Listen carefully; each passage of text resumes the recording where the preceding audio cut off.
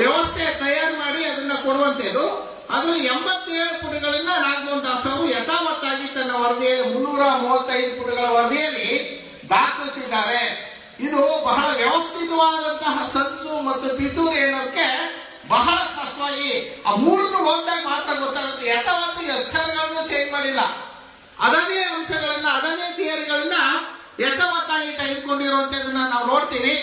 ಆ ತೆಗೆದುಕೊಳ್ಳುವಂತ ಸಂದರ್ಭದಲ್ಲಿ ಇವರು ಮನವಿಯನ್ನ ಕೊಡೋದಕ್ಕಿಂತ ಮುಂಚಿತವಾಗಿ ಒಂದು 3-4 ದಿನದ ಮುಂಚಿತವಾಗಿ ಅವ್ರ ಹೆಂಡತಿನೂ ಕೂಡ IRS ಅಧಿಕಾರಿ ಇದ್ದಾರೆ. ಅವ್ರ ಹೆಂಡತಿನ ಕೇಂದ್ರ ಸರ್ಕಾರದ ಮಂತ್ರಿಗಳು, ಹಣಕಾಸು ಮಂತ್ರಿಗಳು ಬಾಂಬೆಯಲ್ಲಿ ಸನ್ಮಾನ ಮಾಡ್ತಾರೆ. ಸನ್ಮಾನ ಮಾಡಿದ 3 ದಿನಕ್ಕೆ ಇಲ್ಲಿ ಬಂದಾಯ್ತು. ಜನವರಿ 6ನೇ ತಾರೀಕು ಅವರು ಮನವಿಯನ್ನ ಕೊಡ್ತಾರೆ. ಇದು ಬಹಳ ವ್ಯವಸ್ಥಿತವಾದಂತಹ ಸಂಚು ಅನ್ನುವಂಥದ್ದು ನಮ್ಗೆ ಮೇಲ್ನೋಟಕ್ಕೆ ಬಹಳ ಸ್ಪಷ್ಟವಾಗಿ ಕಾಣ್ತಾ ಇದೆ ಎನ್ನುವಂತಹ ಅಂಶಗಳನ್ನ ನಾವು ಕಾಣಬಹುದು. ಇವರು ಆಯೋಗವನ್ನ ಮಾಡಿದು ನಾನು 3 ಸಭೆಗಳಲ್ಲಿ ಭಾಗವಹಿಸಿದ್ದೆ. ನಮೂನೆಯನ್ನ ಮಾಡ್ಕೊಡಿ ಅಂತಂದ್ರು. ನಾನೇ ನಮೂನೆಯನ್ನ ಒಂದನ್ನ ತಯಾರು ಮಾಡಿ ಅವರ ಸ್ನೇಹಿತರ ಮುಖಾಂತರ ಕಲ್ಪಿಸ್ಕೊಟ್ಟೆ. ಆಮೇಲೆ ಅದನ್ನ ಚೀಫ್ ಸೆಕ್ರೆಟರಿ ಅಧ್ಯಕ್ಷತೆಯಲ್ಲಿ ಒಂದು ಸಭೆ ನಡೆಯುತ್ತೆ. ಸಭೆಯಲ್ಲಿ ನಾವು ನಮೂನೆಗಳಲ್ಲಿ ಮಾಡ್ಬೇಕಾ ಅಥವಾ ಟ್ಯಾಬ್ ಮುಖಾಂತರ ಮಾಡ್ಬೇಕಂದಾಗ ಚೀಫ್ ಸೆಕ್ರೆಟರಿ ಅವರು ಟ್ಯಾಬ್ ಮುಖಾಂತರ ಮಾಡಬೇಕು ಅಂತೇಳಿ ನಿರ್ಧಾರ ಕೈಗೊಳ್ತಾರೆ. ನಿರ್ಧಾರ ಕೈಗೊಂಡ ನಂತರ ಒಂದು ಡ್ರಾಫ್ಟ್ ರೆಡಿ ಆಗುತ್ತೆ. ಡ್ರಾಫ್ಟ್ ರೆಡಿ ಆದಂತಹ ಸಂದರ್ಭದಲ್ಲಿ ನಾನು ಆ ಸಭೆಯಲ್ಲಿ ಭಾಗವಹಿಸಿ ಕೆಲವು ಸೂಚನೆಗಳನ್ನೆಲ್ಲ ಕೊಡ್ತೀವಿ. ಆ ನಂತರ ಅವರು ಅದನ್ನು ಫೈನಲ್ ಮಾಡ್ತಾರೆ. ಕೆಲವು ಆಡ್ ಮತ್ತು ಡಿಲೀಟ್ ಅನ್ನ ಮಾಡಿದಂತಹ ಸಂದರ್ಭದಲ್ಲಿ ಬಹಳ ಮುಖ್ಯವಾಗಿ ಟ್ಯಾಬ್ ಮುಖಾಂತರ ಮಾಡಿಸ್ಬೇಕು, ಎಲ್ಲರಿಗೂ ಟ್ಯಾಬ್ ಕೊಡಬೇಕು ಅಂತಂದ್ರೆ ಆಯೋಗ ಒಬ್ಬರಿಗೂ ಒಂದು ಟ್ಯಾಬ್ ಕೊಡಲ್ಲ. ಸುಮಾರು 58,000 ಶಿಕ್ಷಕರುಗಳನ್ನ ಸರ್ವೆಗೆ ನೇಮಕ ಮಾಡ್ತಾರೆ. 58,000 ಶಿಕ್ಷಕರುಗಳು. ಅದರಲ್ಲಿ 48,000 ಶಿಕ್ಷಕರುಗಳು primary school teachers, primary school ಮತ್ತು ಮಿಡ್ಲ್ ಸ್ಕೂಲ್. ಅವ್ರ ಹತ್ರ ಎಷ್ಟು ರೂಪಾಯಿನ ಮೊಬೈಲ್ ಇರುತ್ತೆ? ಒಂದು 5,000ದಿಂದ 15,000 ರೂಪಾಯಿ ಮೊಬೈಲು. ಅದು 5 ವರ್ಷ 10 ವರ್ಷ ಆಗಿರುವಂತಹ ಮೊಬೈಲ್ಗಳಿರುತ್ತೆ, ಬೇಸಿಕ್ ಮಾಡೆಲ್ಗಳಿರುತ್ತೆ. ಇವರು ಒಂದು ಆಪ್ ಅನ್ನ ಬಿಡುಗಡೆ ಮಾಡ್ತಾರೆ. ಆಪ್ ಅನ್ನ ಬಿಡುಗಡೆ ಮಾಡಿದ್ರೆ ಆಪ್ ಅವರ ಹಳೆ ಮೊಬೈಲ್ಗಳಲ್ಲಿ ಓಪನ್ ಆಗೋದಿಲ್ಲ. ಒಂದು ವಾರ ಆಗೋಗ್ಬಿಡುತ್ತೆ. ಯಾರು ಸ್ವಲ್ಪ ಕಾಲೇಜಿನ ಉಪಪ್ರಾಂಶುಪಾಲರು ಅಂತಿದ್ರು, ಸ್ವಲ್ಪ ರಾಜಕಾರಣಿ ಶ್ರೀಮಂತರು ಇದ್ರು, ಅವರು ಒಂದು 7-8 ಸಾವಿರ ಜನದ ಹತ್ರ ಒಳ್ಳೆ ಮೊಬೈಲ್ 30-40 ಸಾವಿರ ರೂಪಾಯಿ ಮೊಬೈಲ್ಗಳು ಇಟ್ಕೊಂಡಿರ್ತಾರೆ. ಅವರು ಒಂದಷ್ಟು ಸರ್ವೆ ಮಾಡುತ್ತೆ. 2,65,600 ಚಿಲ್ಲರೆ ಕುಟುಂಬಗಳು ಸರ್ವೆ ಆಗುತ್ತೆ. ಸರ್ವೆ ಆದ ತಕ್ಷಣ ಆಯೋಗ ಏನ್ ಮಾಡುತ್ತೆ, ಒಂದು ಮಾರ್ಗಸೂಚಿಯನ್ನು ಬಿಡುಗಡೆ ಮಾಡುತ್ತೆ.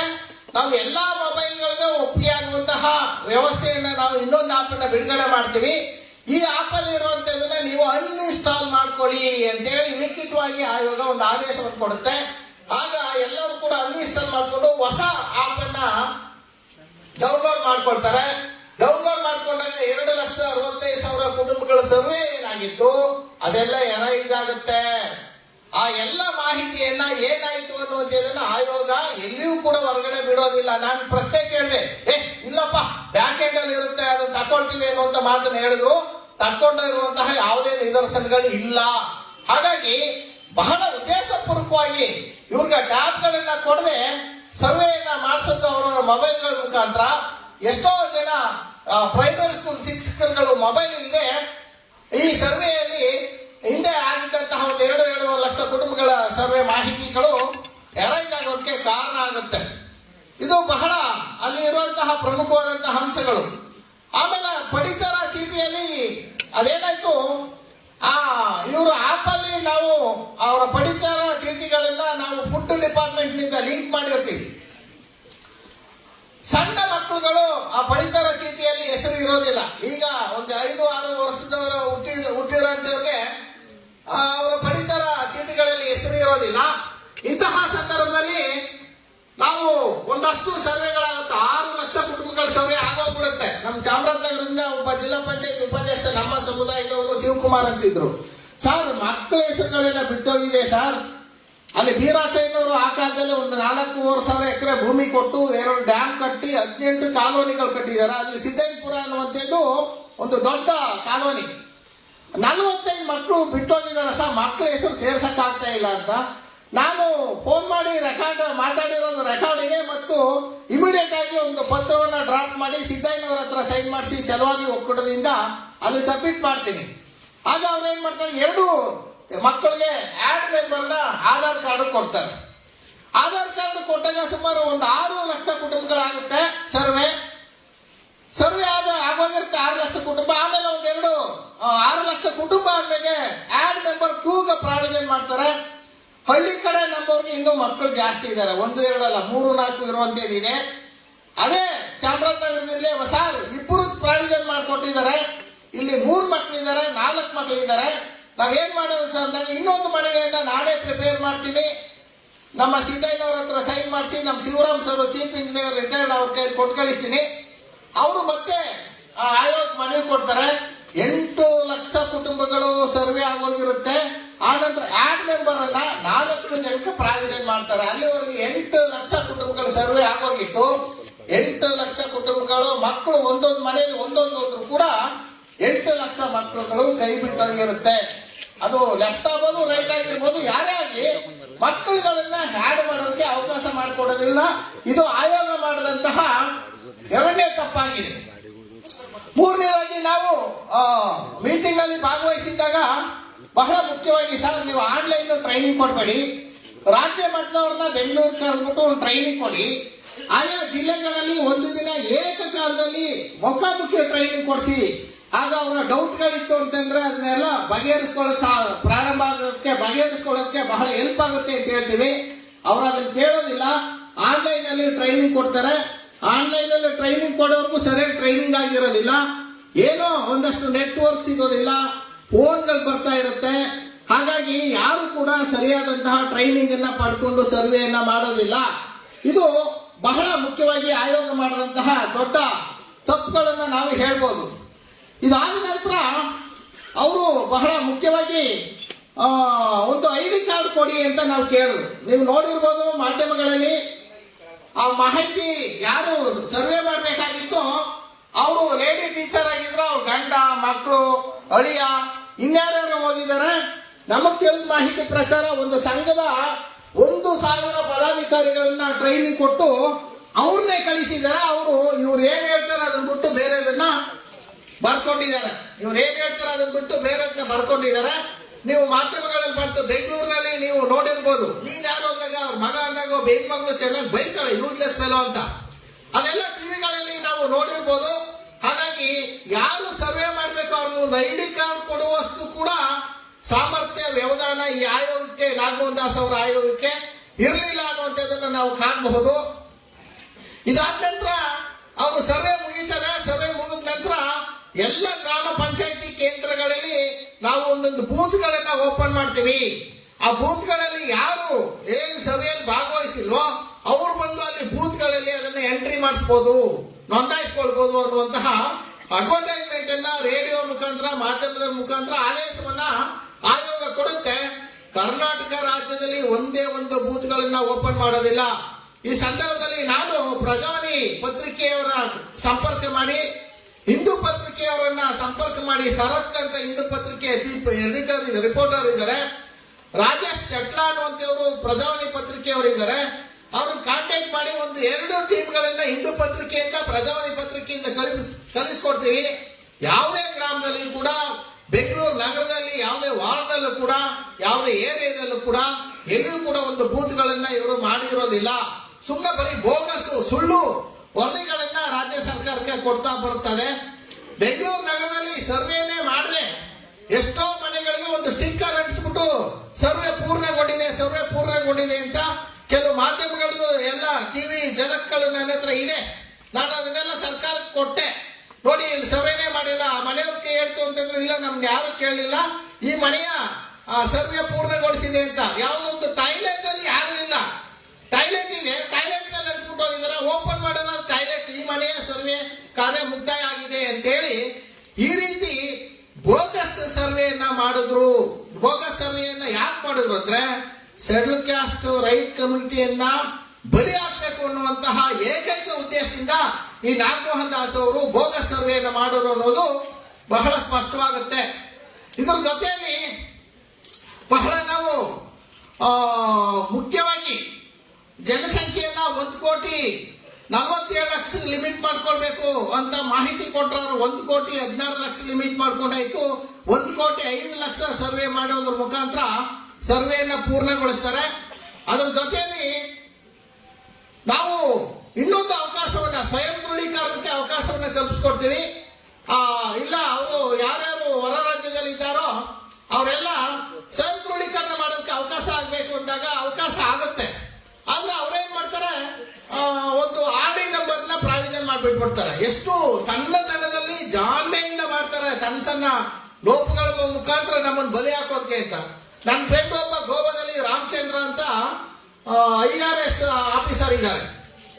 ಅವರು ಫೋನ್ ಮಾಡಿದ, ಚಂದ್ರಶೇಖರ್ ನಂದು ಏನೋ ಫೀಡ್ ಮಾಡ್ತಾ ಇದ್ದೀನಿ ಆಗ್ತಾ ಇಲ್ಲ ಅಂತ. ನಿಮ್ಮ ಮಕ್ಕಳದ್ದು ಆಗ್ತಾ ಇದೆ ಅಂತ. ಯಾಕೆ ಅಂದಾಗ ಅವರು ಕ್ಯಾಸ್ಟ್ ಸರ್ಟಿಫಿಕೇಟ್ ನಲ್ಲಿ RD ನಂಬರ್ ಇದೆ, ಇವನ್ ಕ್ಯಾಸ್ಟ್ ಸರ್ಟಿಫಿಕೇಟ್ ನಲ್ಲಿ ಹಳೇದಿದೆ, RD ನಂಬರ್ ಇಲ್ಲ. ಹಾಗಾಗಿ RD ನಂಬರ್ ಪ್ರಾವಿಷನ್ ಕೊಟ್ಟಿದ್ರು, RD ನಂಬರು ಇಲ್ಲ. ಹಾಗಾಗಿ ಬರೀ 5,400 ಕುಟುಂಬಗಳು ಮಾತ್ರ ಸ್ವಯಂ ದೃಢೀಕರಣದ ಮುಖಾಂತರ ಸರ್ವೆಯಲ್ಲಿ ಭಾಗವಹಿಸಕ್ಕಾಯ್ತು. ಇವರು ಮೊದಲೇ ಜಾತಿ ಪ್ರಮಾಣ ಪತ್ರದಲ್ಲಿ RD ನಂಬರ್ ಅನ್ನ ಅವಕಾಶ ಅದನ್ನು ತೆಗೆದಾಕಿದ್ರೆ, RD ನಂಬರ್ ಕೇಳದೇ ಇದ್ರೆ ಹೆಚ್ಚು ಜನ ನೋಂದಾಯಿಸ್ಕೊಳ್ಳೋಕ್ಕೂ ಕೂಡ ಅವಕಾಶ ಆಗ್ತಾ ಇತ್ತು ಅನ್ನುವಂಥದ್ದನ್ನ ನಾವು ನೋಡ್ಬೋದು. ಇದ್ರ ಜೊತೆಯಲ್ಲಿ ಬಹಳ ಬೇಡ ಜಂಗಮ ಅಂತ, ಅದು ಈ ಭಾಗದಲ್ಲಿ ಮಾತ್ರ, ರಾಯಚೂರು, ಗುಲ್ಬರ್ಗ ಈ ಭಾಗದಲ್ಲಿ ಮಾತ್ರ ಒಂದು 4,000 ಸಾವಿರ ಹಿಂದೆ ಇದ್ದದ್ದು. ಈಗ ಅದು 4 ಲಕ್ಷ ಚಿಲ್ಲರೆ ಬಂದ್ಬಿಟ್ಟಿದೆ. 1,44,000 ಮಾತ್ರ ಕನ್ಸಿಡರ್ ಮಾಡಿ 3 ಲಕ್ಷ ಚಿಲ್ಲರೆನ ಅವ್ರು ಕೈ ಬಿಟ್ಟಿದ್ದಾರೆ. ನಾವ್ ಹೇಳಿದ್ರು ಅಲ್ಲ ಸರ್, ಈಗ ಬೇಡ ಜಂಗಮ ಅಂತ ಅವ್ರು ಹೇಳ್ತಾನೆ ಬರ್ಕೊಳ್ತಾರೆ. ಮೈಸೂರು ಜಿಲ್ಲೆಯ ಕೇರ್ನಗರ ತಾಲೂಕಿನಲ್ಲಿ ಯಾರೋ ಒಬ್ಬ ಬೇಡ ಜಂಗಮ ಅಂತ ತಗೊಂಡಿದ್ದ. ಈ ಸರ್ವೆಯಲ್ಲಿ ಇಡೀ ಊರನ್ನ 87 ಕುಟುಂಬ ಇದೆ, 87 ಕುಟುಂಬನೂ ಕೂಡ ಅವನು ಬೇಡ ಜಂಗಮ ಅಂತ ಅವನೇ ಕೂತ್ಕೊಂಡು ಬರಸ್ತ, ಲಿಂಗಾಯತ ಸಮುದಾಯದ. ನಾನು ಅದನ್ನ ಆಯೋಗದ ಗಮನಕ್ಕೆ ತಂದೆ, ಸರ್ ಹಿಂಗಾಗಿದೆ, ಬಹಳ ಅನ್ಯಾಯ ಆಗ್ತದೆ, ಯಾರೋ ಕೂತ್ಕೊಂಡು ಎಲ್ಲ ಬರೆಸ್ಬಿಟ್ರೆ ಸಂಖ್ಯೆ ಜಾಸ್ತಿ ಆದಾಗ ನಾಳೆ ಅವ್ರು ಕ್ಲೈಮ್ ಮಾಡೋದಕ್ಕೆ ಈ ಸರ್ವೆ ರಿಪೋರ್ಟ್ ಅನ್ನು ತಗೊಂಡಾಯ್ತು, ಕ್ಲೈಮ್ ಮಾಡೋದಕ್ಕೆ ಅವಕಾಶ ಆಗುತ್ತೆ ಇದ್ದಾಗ, ಇಲ್ಲ ಅದನ್ನ ನಾವು ಪರಿಶೀಲನೆ ಮಾಡ್ತೀವಿ ಅಂದ್ರು. ಆ ಪರಿಶೀಲನೆಯನ್ನ ಅವ್ರು ಏನೂ ಮಾಡಲಿಲ್ಲ. 1,44,000 ಲಿಮಿಟ್ ಮಾಡಿ 3 ಲಕ್ಷ ಚಿಲ್ಲರೆಯನ್ನು ಕೈ ಬಿಟ್ಟು ಬೇಡ ಜಂಗಮ. ನಾವು ಹೇಳೋದೇನು ಅಂದ್ರೆ, ಒಂದು ಸಿಂಧುತ್ವ ಪ್ರಮಾಣ ಪತ್ರ DCಗಳು ವ್ಯಾಲಿಡಿಟಿ ಸರ್ಟಿಫಿಕೇಟ್ ಕೊಟ್ಟಿರ್ತಾರೆ, ಅದನ್ನ ಕೊಟ್ಟವ್ರು ಮಾತ್ರ ಬೇಡ ಜಂಗಮ ಅಂತ ಎಂಟ್ರಿ ಆಗಲಿ, ಇಲ್ಲ ಆಗೋದು ಬೇಡ ಸರ್ ಅಂತ ಹೇಳಿ ಮನವಿ ಮಾಡಿಕೊಂಡು ಆಯೋಗ ಅದನ್ನು ಕೇಳಲಿಲ್ಲ. ಉದ್ದೇಶಪೂರ್ವಕವಾಗಿ ಯಾರು ಸೇರ್ಕೊಳ್ಳಿ ಎನ್ನುವಂತ ದುರದೃಷ್ಟದಿಂದ ಆಯೋಗ ತನ್ನ ವರದಿಯನ್ನ ಮಾಡೋದಕ್ಕೆ ಅವಕಾಶವನ್ನು ಮಾಡಿಕೊಡ್ತು. ಹೀಗಾಗಿ ಆಯೋಗ ಹಲವಾರು ತಪ್ಪುಗಳನ್ನ ಸರ್ವೆ ಮಾಡೋದ್ರಲ್ಲೇ ಉಂಟು ಮಾಡ್ತು. ಸರ್ವೆ ಮುಖಾಂತರನೇ ತದ್ವಿರುದ್ಧವಾಗಿ ಅಧ್ವಾನಗಳ ಸರ್ವೆಯನ್ನು ಮಾಡೋದ್ರ ಮುಖಾಂತರ ಶೆಡ್ಯೂಲ್ ಕಾಸ್ಟ್ ಅನ್ನ ಒಂದು ರೀತಿಯಲ್ಲಿ ತುಳಿಯುವಂತಹ ಪ್ರಯತ್ನ ಆಗ್ತು. ಇದಾದ ನಂತರ ಒಂದು ವರದಿಯನ್ನ ಕೊಡ್ತು. ಆ ವರದಿಯ ಪ್ರಮುಖವಾದಂತಹ ಅಂಶಗಳು ಸ್ಟೇಟ್ಮೆಂಟ್ ಇದೆ, ಹಾಕಿ. ಇಲ್ಲಿ ಅವರು ಏನು ವರದಿಯನ್ನು ಮಾಡಬೇಕಾಯಿತು? ಎಡ, ಬಲ, ಪೃಷ್ಠ ಮತ್ತು ಇತರೆ ಅಂತ 4 ಗುಂಪುಗಳನ್ನು ಮಾಡಬೇಕಾಗಿತ್ತು. Left, right, touchable and others ಅಂತ ಮಾಡಬೇಕಾಗಿತ್ತು. ಇವರು ಯಾಕೆ ಮಾಡಲಿಲ್ಲ ಅನ್ನುವಂಥದ್ದೇ ಒಳಸಂಚು.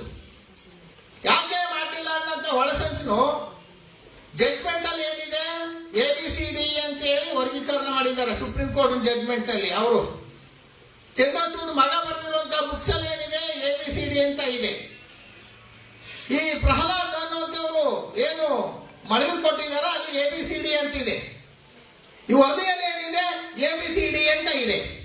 ABCD ಅಂತ ಯಾಕೆ ಮಾಡಿದ್ರು ಅಂತ ಸ್ವಲ್ಪ ಒಳಮಕ್ ನೋಡಿದಾಗ, ಮಾದಿಗರನ್ನ ಒಲರ ಗುಂಪು ಸೇರಿಸ್ಬೋದು, ಒಲರ್ನ ಮಾದಿಗರ ಗುಂಪು ಸೇರಿಸ್ಬೋದು, ಒಲರ್ನ ಇನ್ನೊಂದು ಗುಂಪು ಸೇರಿಸ್ಬೋದು, ಸಿಗೆ ಸೇರಿಸ್ಬೋದು, ಡಿಗೆ ಸೇರಿಸ್ಬೋದು.